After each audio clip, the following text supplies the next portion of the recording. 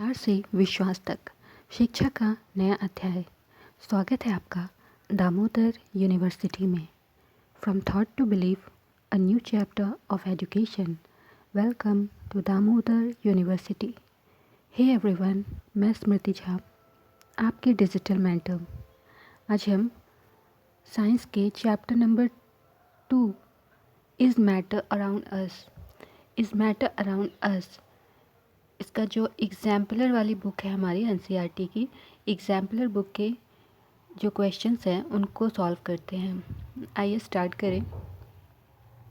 सबसे पहले है multiple choice questions. First question है, which of the following statements are true for pure substance. Pure substance किसे कहते हैं, उसके लिए कौन सा स्टेटमेंट सही है। पहला है, pure substances contain only one kind of particles. तो सही है, प्योर सब्सटेंसेस में सिर्फ एक ही तरह के पार्टिकल होते हैं, तो ये फर्स्ट ऑप्शन सही है। सेकंड कहता है, प्योर सब्सटेंसेस में बी कंपाउंड्स और मिक्सचर्स। तो मिक्सचर्स तो नहीं होंगे, तो ये सेकंड ऑप्शन हमारा गलत है। थर्ड ऑप्शन कहता है, pure substances have the same composition through out. याद है वो चीनी और पानी वाला, तो हर जगह टेस्ट हमको सेम आ रहा था, तो इसलिए यहाँ पर ये वाला ऑप्शन हमारा सही है कि हर जगह सेम कंपोजिशन होता है। ऑप्शन नंबर 3 हमारा करेक्ट है। और ऑप्शन नंबर 4 क्या कहता है, pure substances can be exemplified by the elements other than निकल। ये भी गलत है, तो हमारे पास ऑप्शन नंबर 1 और 3 सही है। तो ऑप्शन बी हमारा सही है। ऑप्शन बी में हमारे पास में है 1 एंड 3। एक्सप्लेनेशन दिया हुआ है इसका क्या, mixture is not a pure substance, hence option 3 is ruled out. Nickel element and hence pure substance, so option 4 is incorrect. मतलब ये जो हमारे पास में फोर्थ ऑप्शन ये गलत है, वो क्यों है वो बताया हुआ है। तो बेसिकली आंसर हमारा ऑप्शन नंबर बी है, जिसमें है 1 एंड 3, ये करेक्ट है। क्वेश्चन नंबर 2 है, rusting of an article made up of iron is called. Rusting of iron क्या कहलाता है। फर्स्ट है corrosion and it is a physical as well as a chemical change. Point number B is dissolution and it is a physical change. Rusting of iron तो corrosion कहलाता है, ये तो नहीं होगा। Point number C is corrosion and it is a chemical change. Option number C correct है।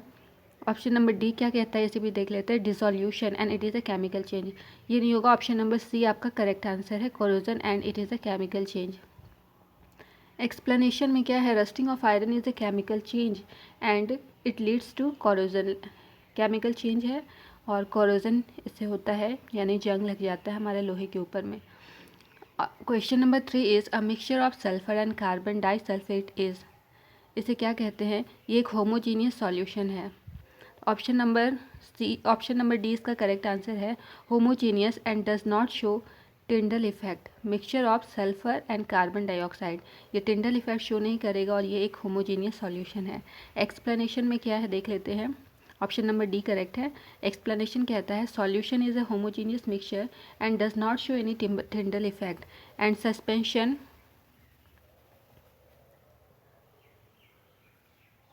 Colloid and suspension are heterogeneous mixture and show Tyndall effect.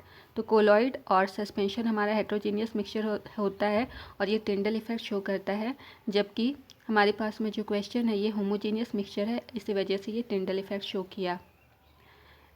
Mixture of sulphur and carbon disulphate is a solution.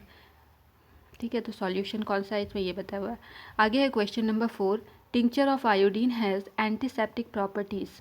Tincture of iodine हमने कैसे बनाया था, याद है, alcohol में हमने iodine mix किया था, तो जो हमारे पास सब्सटेंस बना था वो टिंचर ऑफ आयोडीन कहलाता है। तो क्वेश्चन है, tincture of iodine has antiseptic properties, this solution is made by dissolving. अच्छा, किसको डिज़ोल्व करने से बना था, iodine in potassium iodide, iodine in vaseline, iodine in water, iodine in alcohol. तो ऑप्शन नंबर डी हमारा करेक्ट हो जाएगा, अल्कोहल में हमने आयोडीन मिक्स किया था, तो हमारा टिंचर ऑफ आयोडीन फॉर्म हुआ था। Question number 5 is which of the following are homogeneous in nature. इनमें से कौन सा होमोजीनियस है, नेचर में होमोजीनियस है, आइस, वुड, सॉइल, एयर। तो हमारा ice through out her through out एक ही रहता है, मतलब हाइड्रोजन वहाँ पर हाइड्रोजन आपका 2 है एटम, ऑक्सीजन का एक एटम है, तो हर जगह आइस जो है वो उतना ही रहेगा, उसी कंपोजिशन में रहेगा। एयर में सभी जो एयर के जो पार्टिकल्स प्रेजेंट है वो हर जगह सेम ही अमाउंट में रहते हैं। तो यहाँ पर ऑप्शन नंबर 1 एंड 4 करेक्ट है। तो 1 और 4 किस में दिया हुआ है? ऑप्शन नंबर सी में दिया हुआ है, और 1 एंड 4।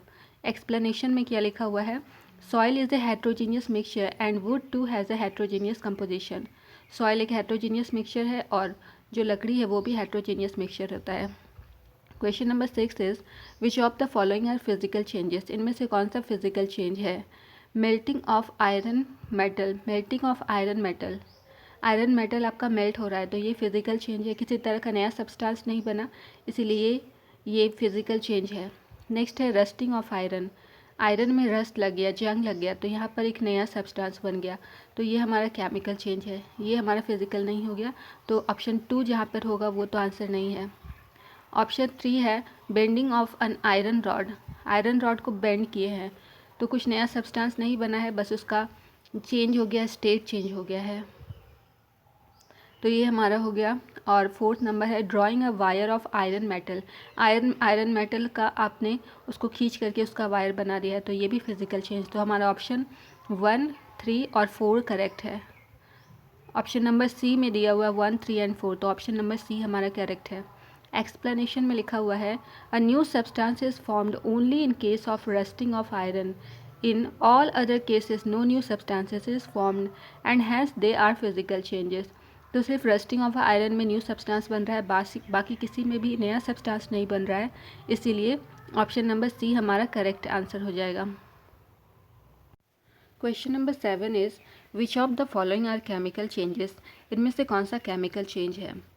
तो डिकेइंग ऑफ वुड, वुड का सड़ना, अब सड़ गया तो कुछ नया सब्सटेंस बन गया, तो ये हमारा केमिकल चेंज होगा। बर्निंग ऑफ वुड, लकड़ी जल गया तो कुछ नया बन गया, ये भी हमारा केमिकल चेंज होगा। क्वेश्चन ऑप्शन नंबर 3 है सॉइंग ऑफ वुड, और ऑप्शन नंबर 4 है hammering of nail into a piece of wood. तो हमारा ऑप्शन नंबर 1 एंड 2 करेक्ट है। एक्सप्लेनेशन में दिया हुआ है क्या? Burning and decay result in formation of new substances and they can not be reversed. यही लिखा हुआ है कि बर्निंग और डीके यानी कि सड़ने से क्या होता है, नया सब्सटेंस बनता है और वापस हम उसको फॉर्मर सब्सटेंस में कन्वर्ट नहीं कर सकते हैं। Hence these are chemical changes, इसीलिए ये केमिकल चेंजेस कहलाते हैं।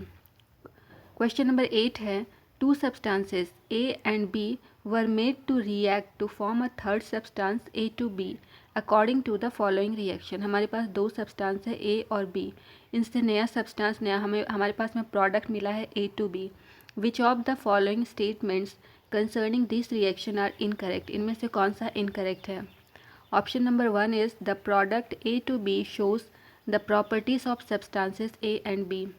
तो जो भी नया प्रोडक्ट बनता है उसमें तो आपके पास में दो सब्सटेंस जिसके कॉम्बिनेशन से बना है उनकी प्रॉपर्टीज़ तो पाई जाती है, तो आई थिंक ऑप्शन नंबर 1 सही होगा। ऑप्शन नंबर 2 कहता है the product will always have a fixed composition. तो क्या ये प्रोडक्ट जो बना वो फिक्स्ड कंपोजिशन में होगा? डाउटफुल है। Option number 3 the product so formed can not be classified as compound and option number 4 is the product so formed is an element. तो हमारा इसके लिए करेक्ट आंसर हो जाएगा option number C. Option number C 1, 3 and 4। 1 कह रहा था the product A to B shows the properties of a substance A and B. 3 point क्या कह रहा था?